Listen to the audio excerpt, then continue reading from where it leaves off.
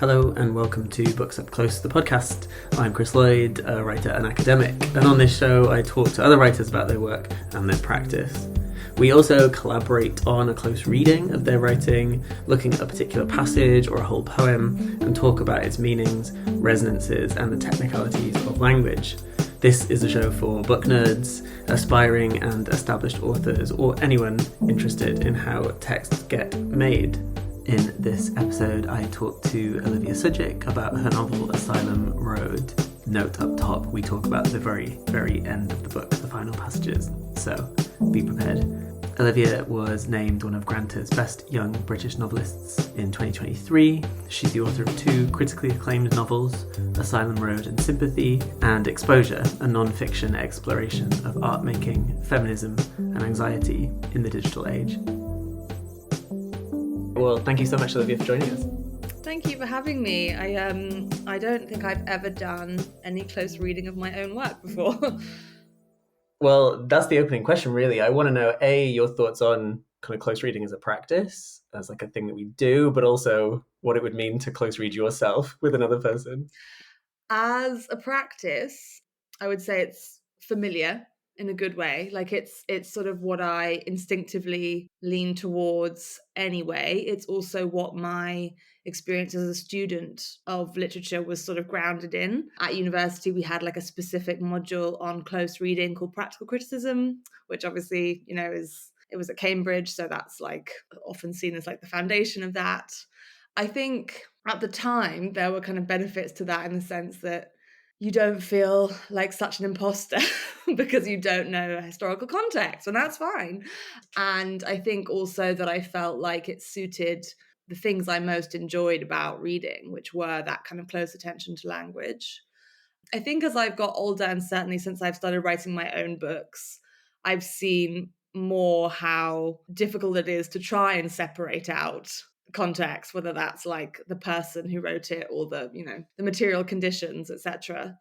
And I kind of wrote actually a book semi about that in the context of exposure, because I both felt like I wanted to separate myself out from my books, and also like partly that was because it seems to be conflated much more for certain types of writers than it is for others. And I guess in the context of my own work, the idea of being closely read is, I don't know, maybe the opposite of familiar, or semi-opposite in the sense of being kind of uncanny. Because it's something I'm so familiar with doing, it's very strange to have that kind of turned back on me. But also, I guess I almost feel happiest talking about books, including my own, when we are focusing on something very concrete and specific. When we get into like the much broader, generalized sort of quickly ideological overarching kind of concepts, I think that often you lose touch with what's enjoyable about reading. So yeah, I'm feeling a little uncomfortable, but in a good way, I guess. Okay, great. No, I like it. I wonder if you could say, like, briefly your thoughts about the kind of differences between Sympathy and Asylum Road. Were you thinking stylistically, formally, in a very particular way when you approached Asylum Road? Was there a difference in kind of how you approached the writing process? I think there were some obvious differences in the sense that, unlike maybe some people whose first book is actually not their first book, they maybe already had one in a drawer, or it's actually they publish not in a straightforward sort of. I'm thinking actually, for example, of Sally Rooney, who I actually reviewed her third novel. And I had to think about the fact that both of her first two novels she kind of wrote before she became a public figure. Those types of things can obviously really affect the way that you then approach kind of consecutive novels. Sympathy was literally my first, and Asylum Road was definitely my second novel. And they happened either side of that very distinct fault line between being a quote unquote author and not, or not a published one. So I think that did dramatically alter both the way that I approached the writing, and to an extent, because you've had the opportunity to get feedback, whether it's from critics or just readers, or even just your own sort of almost like divining rod that you put out into the world, it can make you want to do something very different. And I think that I looked back over some old notebooks the other day because I was trying to find a notebook that I hadn't yet used enough of to I should actually just get a bit more organized, but I found all these old notes where I've written myself instructions like no more themes because there are times, you know, where you feel like you've gotten so caught up in one thing that the next book is like a pendulum swing away from those sort of preoccupations. Sympathy, I felt like was very there were lots of ideas that went in there, and I almost felt like, which is common, I think, with your first novel, you almost feel like maybe I'll never get a chance to write another book again, so kind of everything goes in. And then your second novel, you're like, oh my God, there's nothing left in the attic. Like, where am I going to find all of this compost? Like, do I have to live another 30 years or 20 years just to kind of develop some more life experience to kind of mine for even just like the occasional anecdote? So in a way, I was starting from a kind of more clean palette. And also I wanted to write something that was not baggy, that it had that kind of like real forward motion. The idea of the road kind of obviously made that kind of quite a kind of that image was in my mind anyway, and it's in the title. Whereas Sympathy was much more like a lattice, you know, all these kind of nodes in the internet and the idea of like everything being connected in this sort of complicated chessboard like way. So I did think about them structurally differently. And also, I think that I wanted to get away from whether it was positive or negative, but the kind of reviews I'd had of Sympathy made me want to do something quite consciously different. Okay, no, that's fascinating because they feel so different as books. Like you get a sense of your voice through both, but formally they're doing very rigorously different things, and the reading experience kind of goes along with that. And we're going to talk about the very end of Asylum Road. So, listeners, if you've not read it, either you're going to get a reveal here, or just go read it. You probably should have read it by now anyway. So, I think it's one of those endings where hopefully I don't think it would work like this, but if, for example, with Sympathy, I begin almost at the end, and in theory, you could transpose this ending to the beginning and then like force the reader to go back and work out what happened. So hopefully, it's not spoilerish so much as sort of like titillating, but we'll see. yeah, exactly. Is there anything you want to quickly tell? Like, obviously, you can't narrate the whole plot, but is there any kind of background that we might want to know, like who these two people are at least in the car, or what the context of is of them being in the car at this moment? Yeah, I mean, I think in the interest of close reading, I don't want to give too much context, but I will say that it is the kind of culmination of a couple who have been trying to work out whether or not they should be together and doing that in a kind of against a backdrop of two very different family histories. Um, and one has been kind of dependent on the other. So Anya, who is the female character, has been sort of financially and in some ways sort of socially dependent on this character Luke to kind of integrate into British society, having come to the UK as a refugee as a child. And this is a kind of rebalancing of that power dynamic. He's also just killed a mouse in a sink with a brick. Uh, I feel like that's an important contextual note that, you know, it might not be vital, but like I think it's interesting in terms of the mood of this scene. I think that what you won't know when you come to the scene, if you haven't read the book, is that Anya's kind of character has gone on quite a kind of literal and metaphorical journey in the sense that she begins, you could say, in a very outwardly passive or like defensive crouch position, which she's sort of learned or adopted, but I would say is not actually her natural state. And sort of more and more as the book progresses, like she's sort of finding or awakening a version of herself which is the opposite of that, and has maybe realized that after so long suppressing it, there is a lot of rage to come out. Well, on that note, could you read the final little extract for us then? Sure. As the car slides forward, I feel everything go quiet. The past disappears, and so does the future. I have only the present tense. My ears grow alert, my sense of smell so keen I can hold and separate every element inside the car. The leather seats, his sweat, his hair. The silence was like music. I keep my eyes on the road, moving very slowly in the direction of the station. The car is automatic. Driving is easier than I expected. I've had dreams in which I was put in charge of a car without knowing how to drive it, and those were horrifying and exhausting. But this, it feels like when I first broke into a run. I'll have to rethink what I'm capable of, what other things might come naturally to me. I turn to him then again, and as when he'd come through the doorway, it is as if I'm seeing him for the first time clearly, except that it feels final now. And when I turn back to the road, what I see feels as good as an end. The road stretches on and on, the buildings either side a blur like the edge of a black hole. No place to turn, level and straight and stretching resolutely nowhere. I put my hand behind my passenger's head, warm, feeling the weight of his skull. I should have liked to have kept it. I press my foot down now on the accelerator. I do not see the curb. For a long time, it is as if we have lifted off the road and are flying. My passenger, now my captive, holds onto the door, shouting. Let me out, he repeats, let me out. As if I've lost control instead of taken it. Stop the car, Anya. Fucking hell, please, I beg you, stop. The longer I stay silent, and the car careers on, the more it seems I can do this, just as he said. Faintly, I hear him now. I press my foot down harder. Amazing. Thank you so much. Loved hearing you read that. I've never heard myself read that. It's funny as well because what I didn't mention in contextualizing it is thus far in the book, everything up until quite recently has been past tense. And the tense has shifted as well, which obviously Anya mentions in this.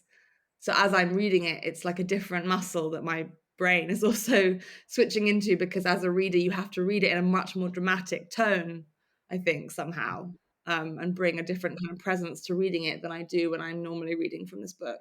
Yeah, that present tenseness, like you feel the shift, like as the car slides forward and you're like, wait, as a reader, you are experiencing something, something is changing. But also, as you were saying earlier, like we're introduced to this character who's questions of agency, right? As the car slides forward, like this really kind of passive, as she's not in control of it. The car is doing the sliding. There's a gear shift, literally, in the kind of tone. Yeah, exactly. And then also, like, I feel everything go quiet, which I think is just an interesting, like, phrase, right? Like, a sound is, like, felt, or a lack of sound is felt. And I'm interested in, like, how many senses are conjured in this little passage at the end. How, like, so rooted in her body we are. So I think that when I was trying to imagine this scene, it's based on a road in London that I know. But as usual, when you're inventing a scene as a fiction author, it helps me anyway to have like an architecture that I know, so that there's something grounding. Like in Sympathy, I use very much the architecture of New York, the grid. I had a map pinned all the time when I was writing, so that I would know not just like logistically how to plot, but so that it would feel real, so that then I could do these like imaginative leaps and they would feel a bit less like, when Rachel Cusk talks about inventing characters being like, and then Jack said to Jill, and especially when you're doing a scene like this, which feels, so far from my own experience, but also you're really asking the reader to kind of come with you on a potentially like this is where the plot goes over the boil.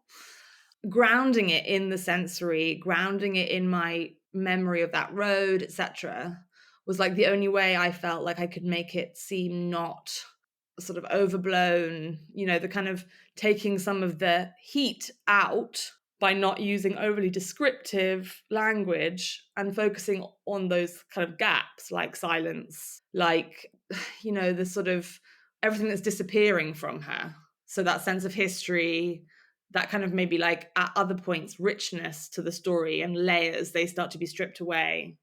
Also, at the time in which she's writing this, she's pregnant, so her sense of smell, it's not just a kind of elaboration, she really has this very keen sense of smell, which is sort of turning her into more animal instinct. So there's like this stripping away of these layers of sort of potentially like civility and kind of what we think of as being what makes us different from animals, I would say. And so she is almost becoming more sort of predatorial. And so when you mentioned the killing of the mouse, like those things are linked in the sense that she's become this like cat-like creature and stripping it back to those kind of instincts.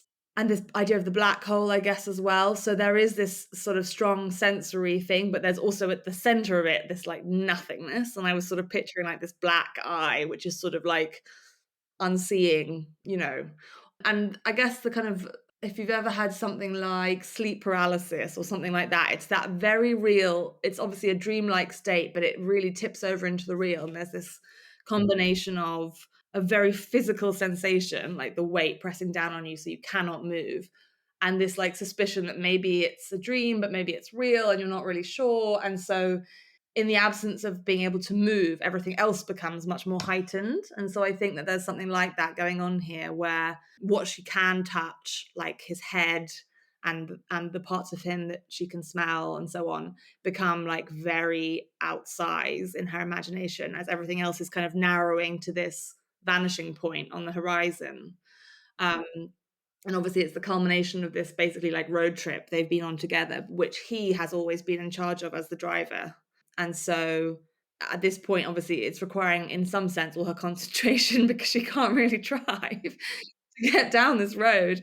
But equally, there's this, I would say, like quite black and, that very like, so that sense of futility, I guess, that this removal of the future suddenly feels like, she really no longer cares about all the stuff that she's cared so much about, and talking about how she's seeing him for the first time clearly, stripped back as well of all of these like attributes she's on him as like what she needs, her savior, her cloak of protection or whatever it is, in terms of integrating into the society that she no longer really cares about fitting into. So yeah, I felt like because it's the culmination of so many of the book's themes, it was going to be very difficult to write it without it feeling freighted. And that's the other thing, is that where you choose to end a book, often like it will in your head anyway then lend it this like freightedness.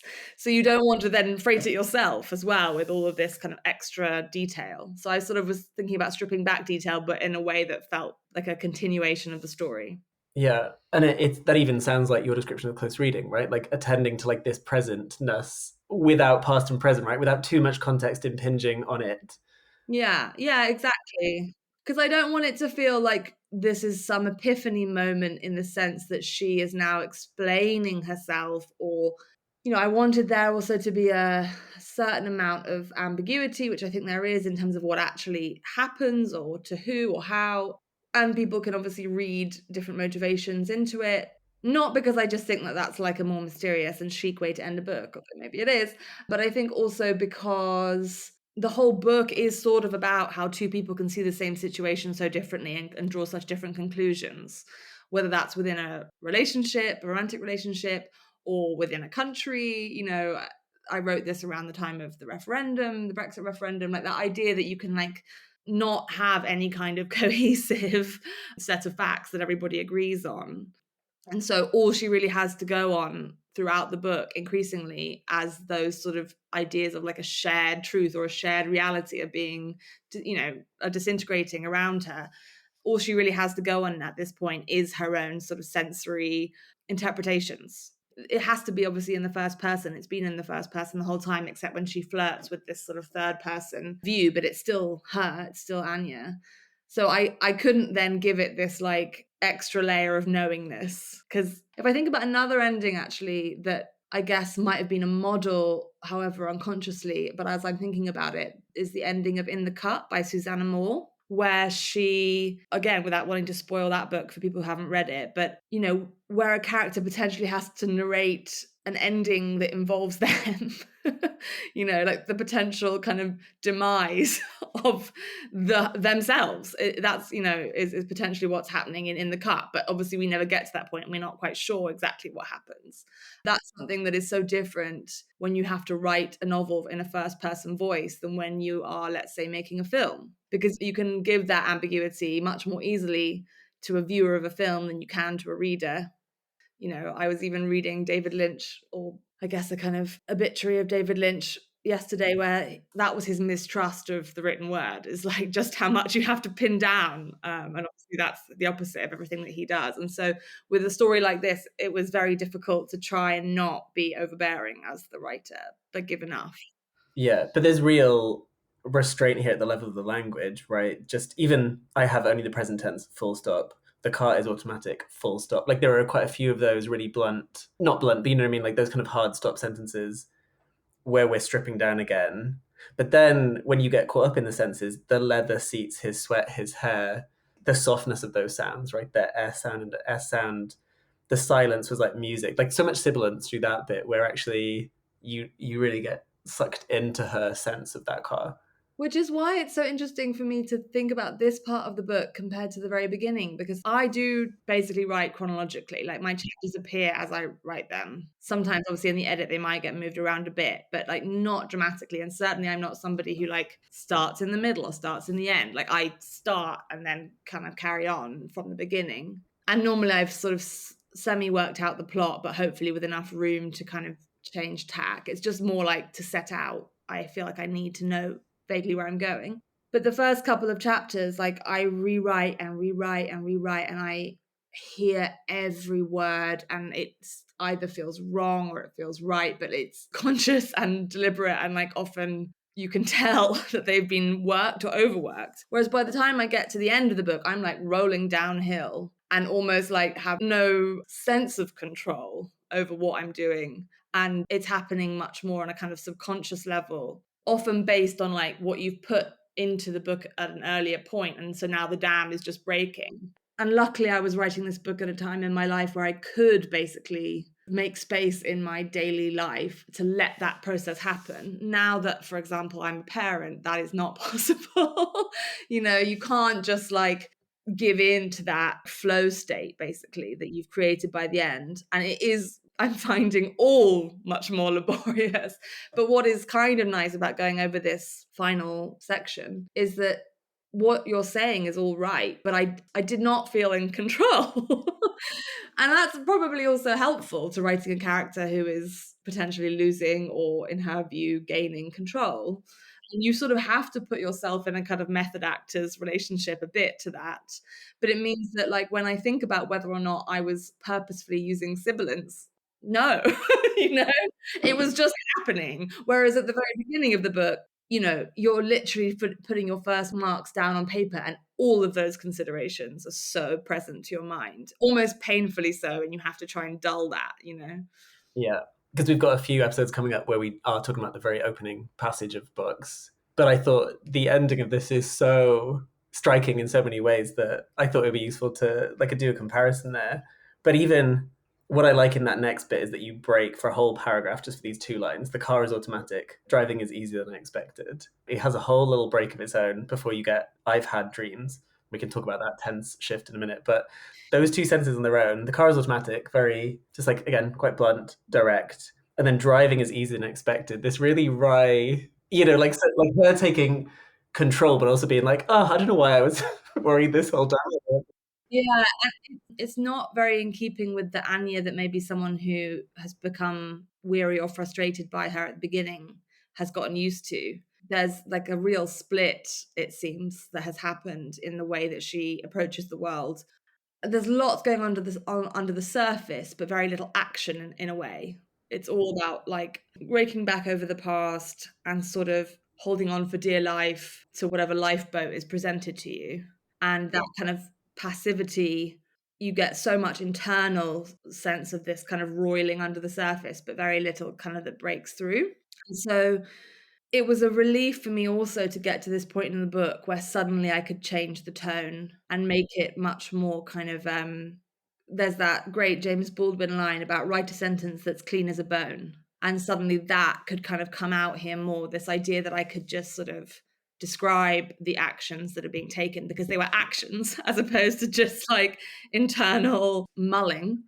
And there's a kind of confidence and a kind of swagger almost that kind of comes out, like when she says, I should have liked to have kept it. There's something so, I was picturing like a kind of arrogant cat somehow kind of like prowling, which is not at all how she's been thus far. The idea of like doing things deliberately but in a way that's even surprising herself, is quite a nice position to be in with a character that you can kind of almost, well, I can only really get to by the end of the book, because that's, you know, that kind of almost like magical thinking point that some writers talk about, where like you just don't know what your character's going to do, and until you've had that experience, you're like, that sounds really phony. That just sounds like a kind of get out to basically say like your characters are just behaving independently, so if anyone has a problem with what they do, it's nothing to do with you.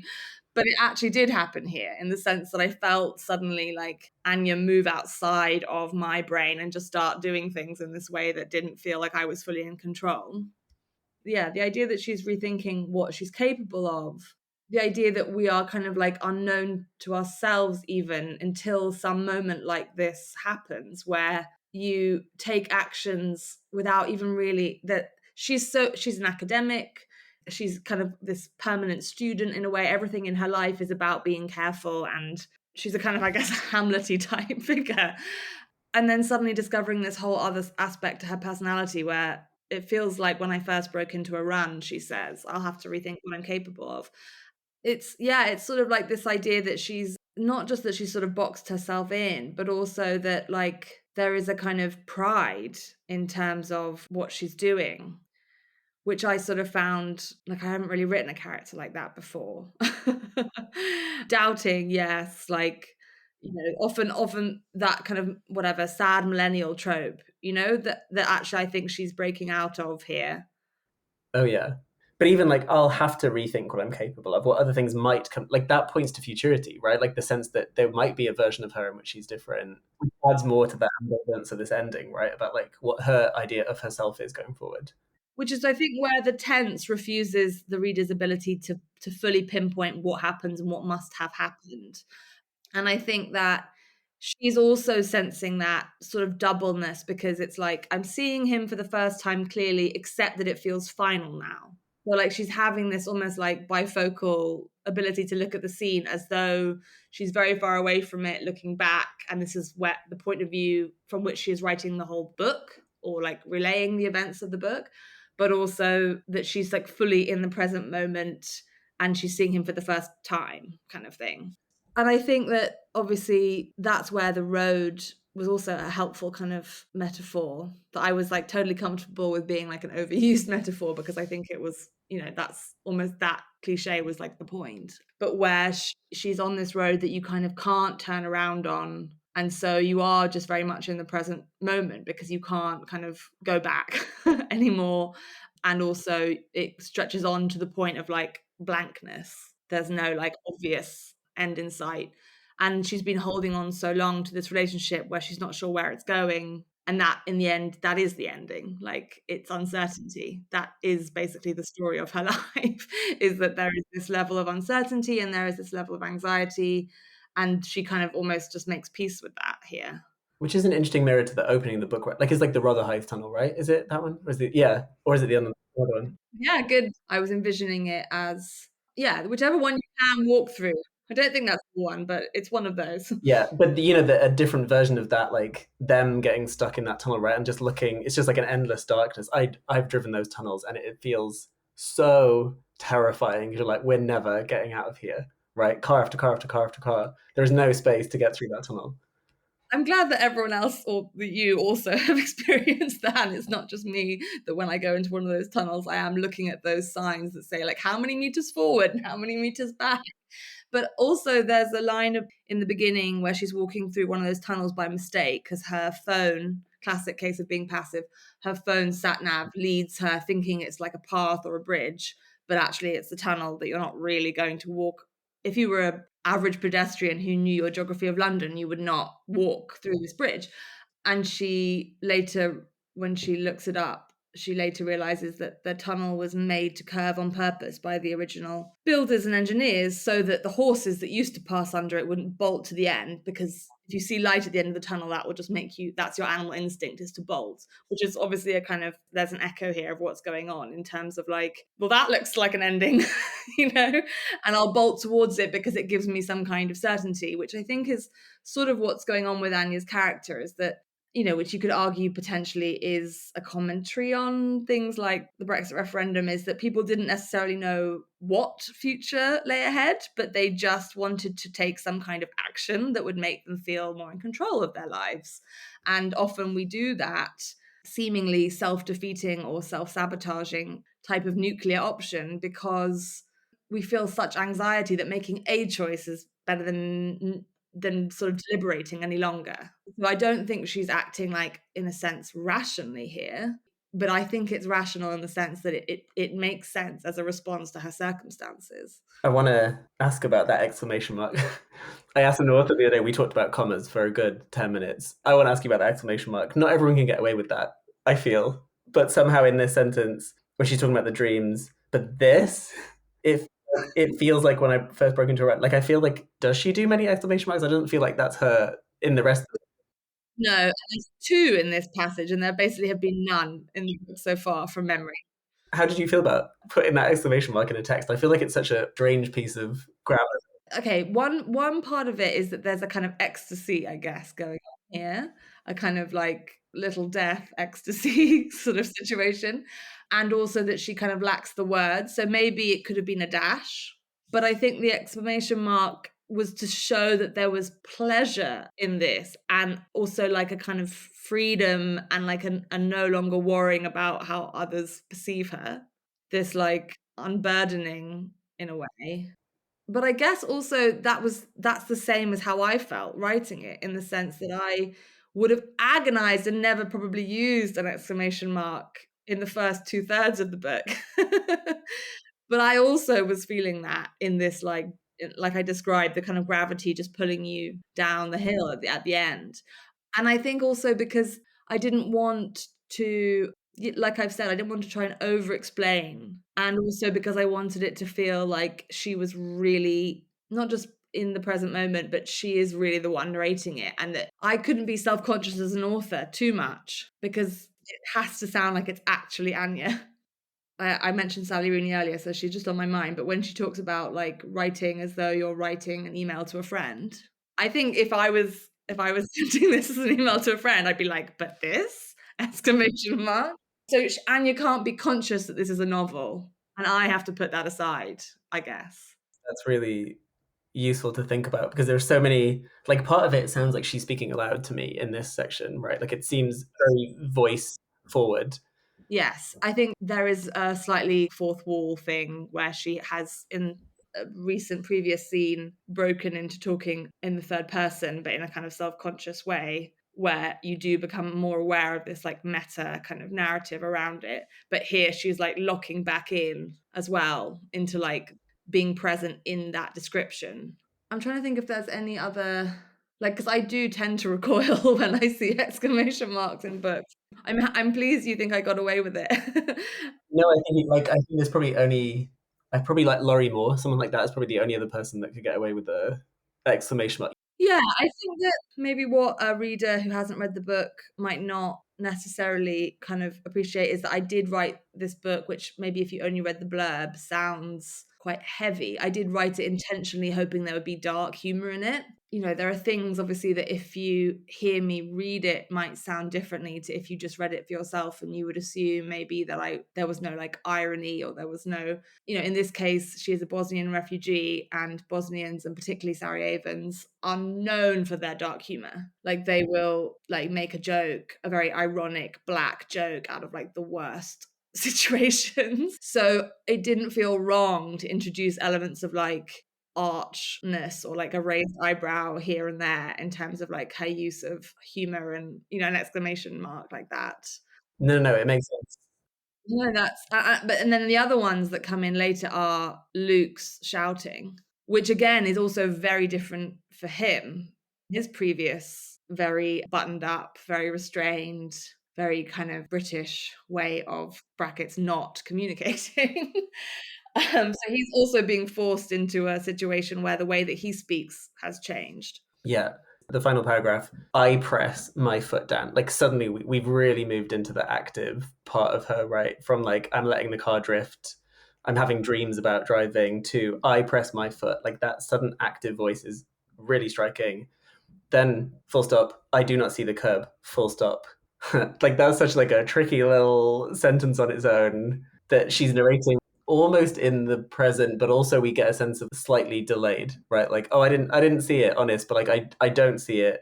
There's something really interesting happening with perspective to me. I'm trying to recall my first driving lesson. And I think there's an element of this being how it felt. Like the idea that you both have to concentrate on the road to what the person next to you is saying or instructing, but also try as much as possible not to look down at what you're doing, whether that's like changing gears or pressing pedals. And this like funny feeling of both being in total control and also like, oh my God, the car is actually in control and I'm not in control. And that kind of tension between, am I driving this or is it driving me? Which is also like obviously how it feels to write a novel, full stop. But I do think that the way that those sentences work, the shortness of them, is almost because she can't, there isn't like a coherent way they can all come together unless she like focuses on, and then the acceleration at the end. Like it's sort of like she's trying to make the motions feel natural, and there's a point at which they start to come together, and then there are other points where she's like, whoa, I didn't see the curve, where I think that like that sense of a pair of eyes and a brain trying to take in all of these different levels of what's going on at once, it lends itself to these short sentences.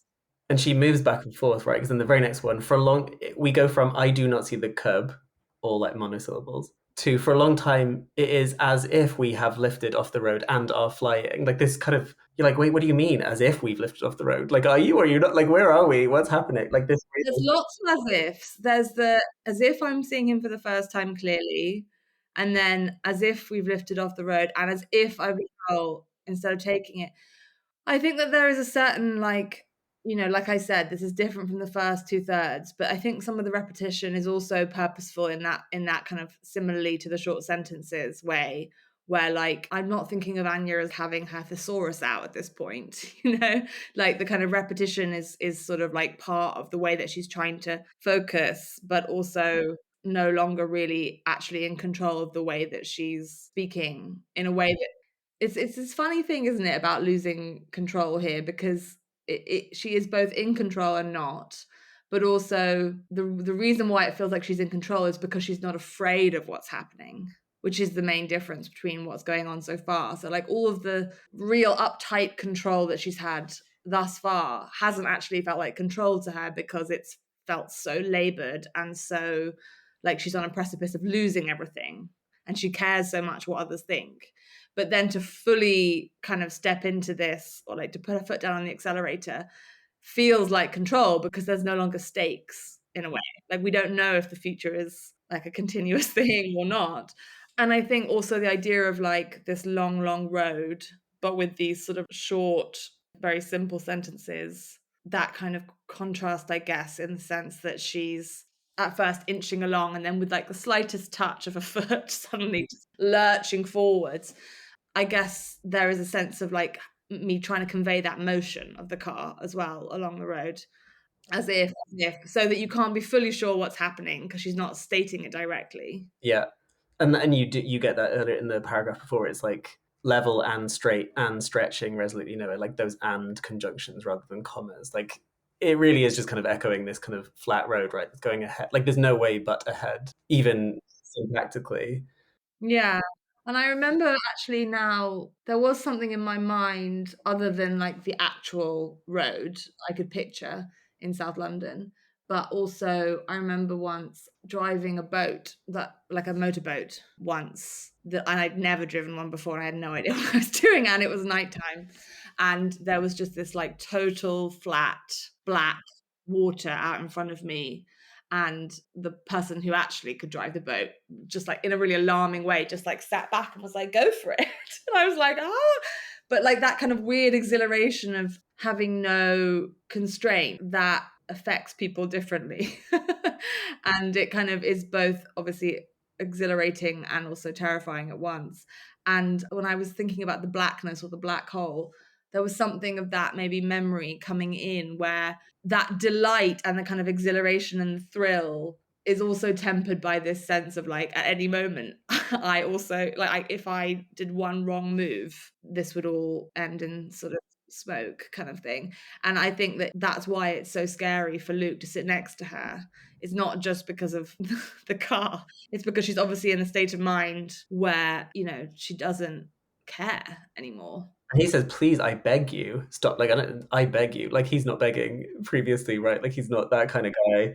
He's really like, oh no, this is different, Anya. This is not an Anya that I know. And then next line, the longer I stay silent and the car careers on, that stay silent car careers. I don't know. I'm always a sucker for alliteration, but it really, we're like really pushing forward here. That car careers on. The more it seems I can do this, just as he said, which is such like a beautiful little jab at him, as well as a reimagining of what they mean.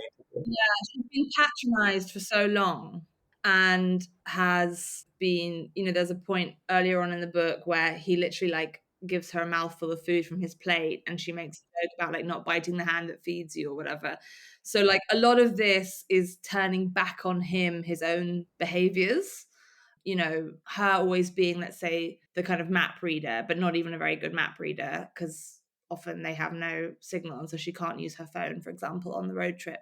But he's always the one in control of the car and has been sort of pressuring her to learn to drive, but more so that he can emphasize that she's always dependent on him, not actually because he wants her to learn, maybe. And so this is about showing him in a way what she is capable of, but also she kind of no longer cares what he thinks, which is terrifying, I think, to him, because their relationship dynamic this whole time has basically been premised on the idea that like she has to prove something to him and he has nothing to prove. And so now to be begging her to stop and her not even saying anything, her to reverse the silent treatment that he has been giving her thus far, it's like it is a role reversal. But scarier than that is that she actually no longer cares at all. She goes from probably caring at the very beginning of the scene about proving something to him to no longer even caring about proving something. And then she can't, like, faintly I hear him now. Whatever has just happened in this final moment, like she's not even hearing him any longer. Isn't He's just drowning out, right? It's just her. It's some weird twisted Thelma and Louise ending, right? Of just like driving. Yeah, definitely. There's some sort of Thelma and Louise in here. Like I like the idea there's a kind of campy drama in some way to this because that's what I mean about the dark humor and the kind of exclamation marks and whatever. Is she didn't necessarily plan it this way, but there is a kind of dramatic flair that is sort of pleasing to her on some level because it's not overly intellectual. Yeah, I press my foot down harder, but that as like a final line is fantastic. I mean, maybe there should have been, but there was basically no editing to this scene. I think it's probably the bit of the book that was not touched. I can't really remember ever that's the thing, you remember the bits that you rewrote. And I don't think I really rewrote any of this, probably much between the first and the final draft. That's really exciting, though. Yeah, it's also funny to do a close reading of it then because so much of it it's like quite difficult to give overly intellectual answers to it. It just happened because it happened or it felt there almost like was no other way to write it. It just came out. And in Sympathy, there's like one scene like that. And in Exposure, I talk about how that type of writing feels so different from the rest. And often you can only really access that point of writing in that way when you have, you know, whatever, set so much else in motion or like put so much potential energy into your dam that finally when the dam wall breaks, like it does, just sort of roll out of you. And then going back over it, you can't really see anything you would change because it came out like that. It's like it's its own baby at this point. But I think also because once I got to that, faintly I hear him now, I press my foot down harder. I was like, I don't know where they go now. I don't have a definitive answer to that. I got to the point where I felt like I was satisfied that Anya had sort of morphed or had altered herself enough that I was like confident I'd taken her to this other place, but not now where she was going to go with that. Yeah, which is amazing. Let's use that to transition then into thinking about your writing practice. Do you, I mean, at the moment, being pregnant, maybe not, but like, do you have a usual kind of writing setup? Like, are you in a place time? Are you eating? It's changed so dramatically, both with every book and at different phases of my life. Definitely parenthood has changed it dramatically, and I've had to become much more of like a 9 to 5 type of writer. Obviously, I've worked around other jobs and things like that, but you can still sort of be thinking, I mean, obviously everyone parents in a different way, but I can't really be thinking about my book at the same time as parenting. Like, you can actually sometimes be doing that when you're doing your job, obviously. Previous desk jobs, I was definitely doing that. Or it wasn't necessarily taking me out of the world that I'd invented. I was able to sort of sustain a kind of fever dream enough through the working day to then whatever morning, evening, come back to it, or more likely throughout the day writing notes on my phone or on my like secret bit of my laptop. And so definitely, like when, for example, the sort of, I'm going to call it a trend, but that sounds derogatory, not derogatory, but the trend for like fragmented writing styles, like, Jenny Offill or whatever. And people are like, oh, suddenly all mothers writing fragmentary styles. And I'm like, well, I see why. Like, I totally see why. It does change the way that you approach your writing, obviously. And it's such a kind of different way of working for me, definitely. And I think Asylum Road wouldn't have worked because the whole point of the book is that it's like this rush towards that finish, that there is this like I said at the start of our conversation, I wanted to do something different to Sympathy, which was that kind of like convoluted lattice shape in my head. This was like a much more like beginning, middle, end, kind of like rush through, sort of like straight as an arrow type feeling. And I couldn't have done that if I'd been a parent. So this book wouldn't have happened, and certainly wouldn't happen in the way that it did. And I guess in terms of little things that I do, I work much better when at least the first draft can happen as much as possible in that kind of bubble fever dream. Edits can benefit from more like a 9 to 5 routine or like a much more sort of structured approach. But the other thing I do is just to try and keep me in that headspace, which is difficult, is to use as much like visual associative stuff. So lately I've been doing things like picking, they don't have to be like actors or famous people, but like picking photographs out of my characters and like having them up on the wall, like having visual references pinned up on a pinboard so that even when I'm not writing, I'm sort of as much as possible staying in that headspace has really helped, because otherwise it's like this horrible Sisyphean, like you just roll the ball up to the top of the hill and it rolls right back down every single time you come back to the draft. And that wouldn't happen if it was nonfiction in the same way. Obviously, you're not always in the mood to write it, but that thing of the first draft of something fictional where you have to sustain what is otherwise like seemingly so implausible because it only exists in your head, it's so fragile that if you don't have like external, whether it's the map of New York for Sympathy or the book I'm writing now is set, I'm not going to say where, but I've got the map and I've got pins in the board, it looks like a crime scene I'm like obsessively working on. That's not because maybe I'm like worried about, I don't know, continuity or like, it's because it just helps me to sort of feel like I'm in that world. And the other thing I've sometimes done, which isn't exactly a ritual, but can help at certain points when you're losing confidence, is I pick a image to be the cover. I also always basically have the title at the beginning. Of the 3 that I've published, the title was the very beginning. It's like the beginning word. And if an editor were to ever suggest changing it, which actually did happen with Sympathy, I'd be like, I can't. It's like you're taking away the foundations of the whole thing. It's the kind of tuning fork at the beginning. And often, like, the rest of the book is basically just unpacking that title. So that's, I guess, another way is that when I'm in danger of like getting lost in the weeds, I have that like image of the wood from above, aerial shot. This is the title. Another, I guess, like it's sort of a tip more than a ritual, but it is a bit of a ritual with all my books, is a friend who works in TV actually said that something they use when they're working on shows in the writer's room is, what's it about? What's it really about? What's it really, really about? And I have the answer to those 3 questions, which may change repeatedly throughout the process, but I have those like on a Post-it note, up on the wall as well, to kind of, to give it some kind of cohesive external sort of reference point when I'm in the middle of doing the dishes or like attending to a dirty nappy or whatever. No, this is going to be super helpful to people, I'm sure. And it's going to, I mean, this is why I struggle to write prose generally. Like I write poems, they're quicker. I don't have to sustain for days. I mean, I wish I could write short stories. I really wish I could. Unfortunately, it's a skill. Like I write novels because I couldn't write them as short stories. I need that long to like clear my throat, I guess, and work out what I'm trying to say. And the force of my stories often only builds from having that much space. I think I'm in awe of short story writers who can do that. Maybe I wouldn't find it would be easier, basically, in a way, to be able to do that, because I've read somewhere, I can't remember who it is now, but talks about a novel as being like trying to lift a mattress all at once, you know? Whereas a short story, you can just sort of pick it up and hold it and put it back on the shelf and then come back to it. Maybe the mood has shifted, but like there's just something so unwieldy about a novel that it's really inconvenient. Yeah.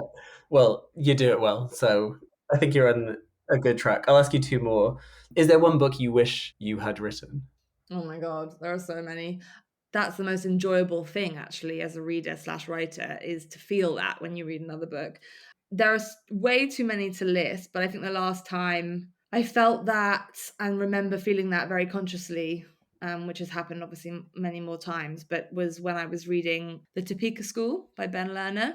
I reread a part of it recently because I was trying to go back and find an image that he'd used. And I actually think in the end, I think it was him talking about the book. I'd heard him use this as an image. So it wasn't actually in the book, but I think in the Topeka School, he talks about, or in his process of writing it, he talks about how parenthood is like looking at a bonsai tree, and how you suddenly have this like level of perspective where you both suddenly remember what it was like to be a child and looking up at this adult figure in your parent, but then you also suddenly see your parent as like just a person, and you can both look down at the small child and remember what it was like to be them, and also now see yourself as the parent, and that kind of double perspective, which I think comes out so brilliantly in that book.